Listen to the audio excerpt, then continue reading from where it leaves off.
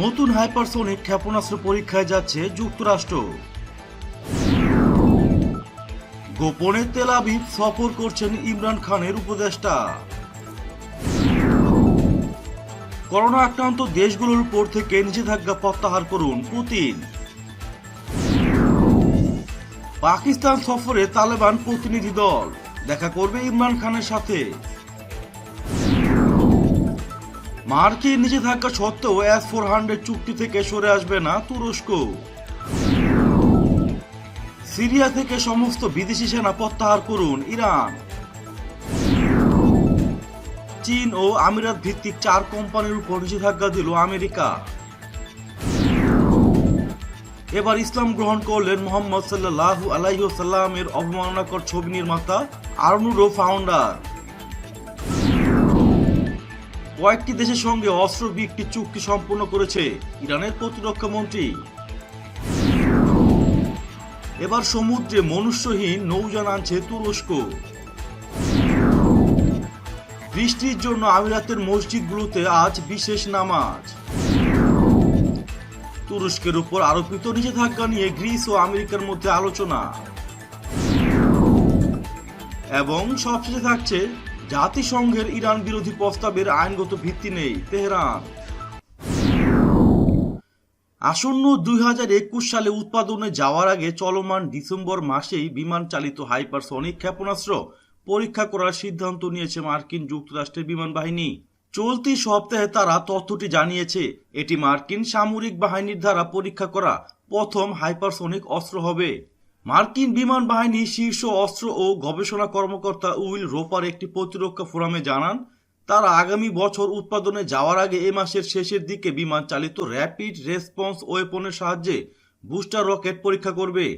এর আগে গত আগস্টে বিমান বাহিনী সাফল্যের সঙ্গে পরীক্ষা করে দেখেছে যে ARRWর সঙ্গে B-52 বোম্বার মিসাইল সিস্টেম সঠিকভাবে সংহত হয়েছে, যা সরাসরি হাইপারসনিক ক্ষেপণাস্ত্র পরীক্ষা করার আগে চূড়ান্ত পর্যায়ে ছিল।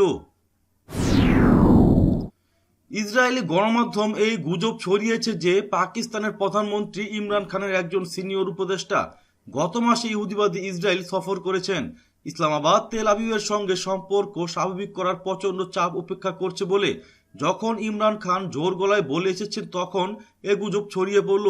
ইসরায়েলি মন্ত্রিসভার সঙ্গে সংশ্লিষ্ট একটি সূত্রের বরাত দিয়ে ইসরায়েল হাইয়াম সহ আরও কিছু পত্রিকা দাবি করেছে, গত 20 নভেম্বর ইমরানের ওই উপদেষ্টা ব্রিটিশ এয়ারওয়েজের একটি বিমানে ইসলামাবাদ থেকে লন্ডনে গেছেন এবং পরে সেখান থেকে একই এয়ারলাইন্সের B-165 নম্বর ফ্লাইটে তেল আবিবে পৌঁছেছেন।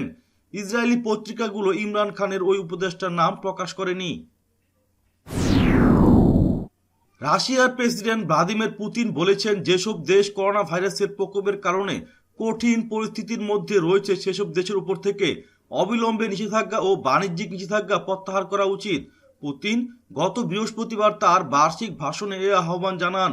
করোনা ভাইরাসের প্রকোপের কারণে চলতি বছর তার ভাষণটি ভার্চুয়ালি অনুষ্ঠিত হয়েছে।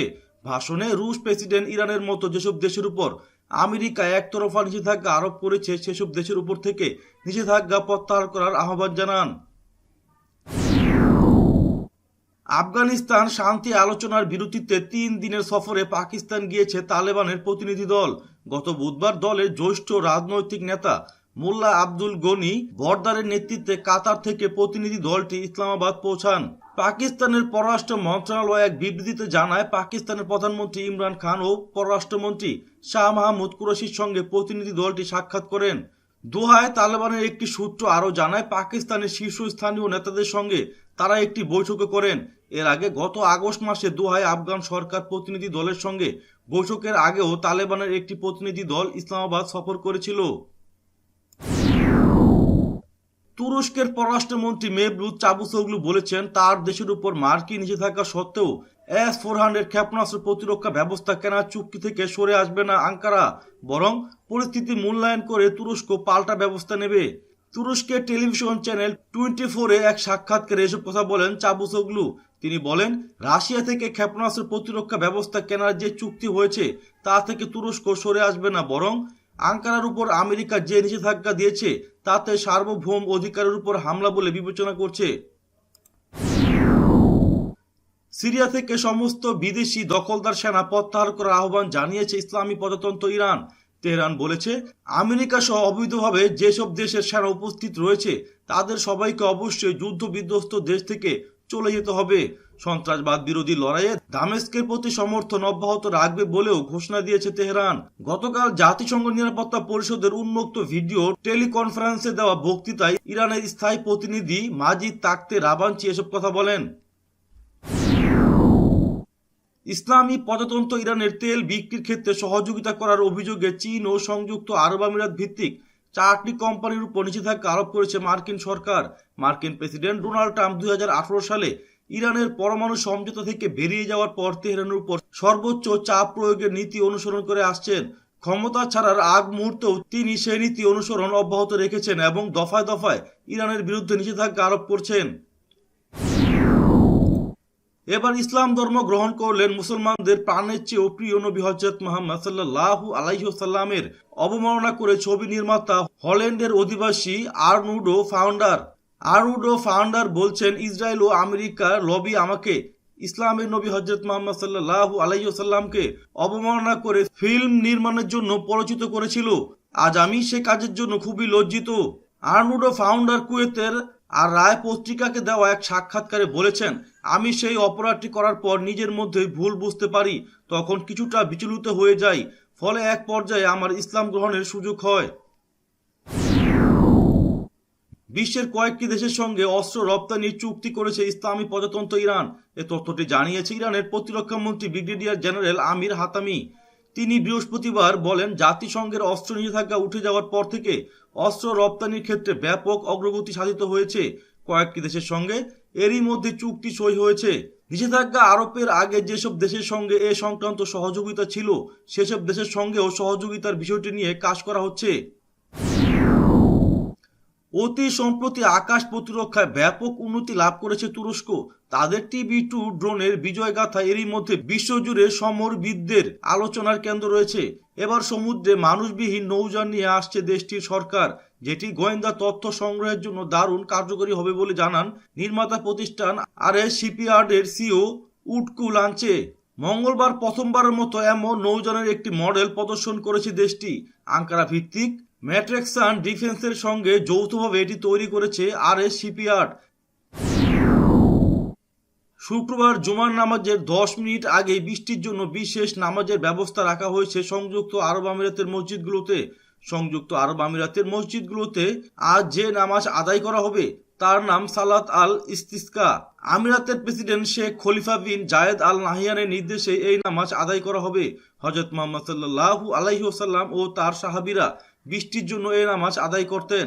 আমিরাতের জনগণকে শেখ খলিফা বিন জায়েদ আল নাহিয়ান অনুরোধ করেছেন, বৃষ্টির করুণা এবং দেশ ও জনগণের ভালোর জন্যই সবাই যেন দোয়া করেন। গ্রিসে নিযুক্ত মার্কিন রাষ্ট্রদূত তুরস্কের বিরুদ্ধে আমেরিকার আরোপিত সাম্প্রতিক নিষেধাজ্ঞা নিয়ে আলোচনা করতে গ্রিসের পররাষ্ট্র মন্ত্রীর সঙ্গে সাক্ষাৎ করেছেন। পূর্ব ভূমধ্য সাগরে তুরস্কের তেল গ্যাস অনুসন্ধান নিয়ে যখন এথেন্সের সঙ্গে আঙ্কারার সম্পর্ক উত্তেজনা চলছে তখন এ বৈঠক অনুষ্ঠিত হলো। রাশিয়ার কাছ থেকে অত্যাধুনিক আকাশ প্রতিরক্ষা ব্যবস্থা S-400 কেনার কারণে সম্প্রতি তুরস্কের বিরুদ্ধে নিষেধাজ্ঞা আরোপ করেছে মার্কিন প্রেসিডেন্ট ডোনাল্ড ট্রাম্প প্রশাসন।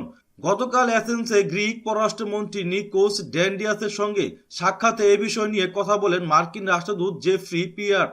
সাক্ষাতে আমেরিকার সঙ্গে গ্রিসের দ্বিপক্ষীয় সম্পর্ক এবং পূর্ব ভূমধ্য সাগর পরিস্থিতি নিয়েও আলোচনা করেন দুই কূটনৈতিক। ইরানের মানবাধিকার পরিস্থিতি সম্পর্কে জাতিসংঘ সাধারণ পরিষদ বুধবার যে প্রস্তাব পাশ করেছে তা প্রত্যাখ্যান করেছে তেহরান। ইরানের পররাষ্ট্র মন্ত্রণালয়ের মুখপাত্র সাইয়েদ খাতিবজাদে বলেছেন, ওই প্রস্তাবের কোনো আইনগত ভিত্তি নেই। তিনি বৃহস্পতিবার তেহরানে এক প্রতিক্রিয়ায় আরো বলেন, এই প্রস্তাবের প্রস্তুতকারকরা ইরানের বিরুদ্ধে চাপ প্রয়োগের কাজে জাতিসংঘের মতো আন্তর্জাতিক সংস্থার অপব্যবহার করছে। খাতিবজাদে বলেন, এই প্রস্তাব প্রস্তুতকারক দেশগুলো বিশ্বের বহু স্থানে সামরিক আগ্রাসন চালিয়ে এবং গণহত্যার কাজে স্বৈরশাসকদের সহযোগিতা করার লক্ষ্যে সমরাস্ত্র বিক্রি করে চরমভাবে মানবাধিকার লঙ্ঘন করছে। ইরানের পররাষ্ট্র মন্ত্রণালয়ের মুখপাত্র বলেন, আমেরিকা ইরানের বিরুদ্ধে অর্থনৈতিক যুদ্ধ শুরু করে এদেশের জনগণের অধিকার চরমভাবে লঙ্ঘন করে যাচ্ছে। অথচ কানাডা সহ যেসব দেশ ইরান বিরোধী প্রস্তাবটি তৈরি করেছে সেসব দেশ আমেরিকার এই দাম্ভিক পদক্ষেপ সম্পর্কে টু শব্দটি পর্যন্ত করছে না। তিনি এ ধরনের দ্বৈত আচরণ ও স্বাধীনচেতা দেশগুলোর অভ্যন্তরীণ বিষয়ে হস্তক্ষেপ করা থেকে বিরত থাকতে এসব দেশের প্রতি আহ্বান জানান। জাতিসংঘ সাধারণ পরিষদ বুধবার ইরানের মানবাধিকার পরিস্থিতি সম্পর্কে উদ্বেগ প্রকাশ করে কানাডা তৈরি করা একটি প্রস্তাব অনুমোদন করে। প্রস্তাবটির পক্ষে 82টি দেশ এবং বিপক্ষে 30টি দেশ ভোট দেয় এবং 64 দেশ ভোটদান থেকে বিরত থাকে।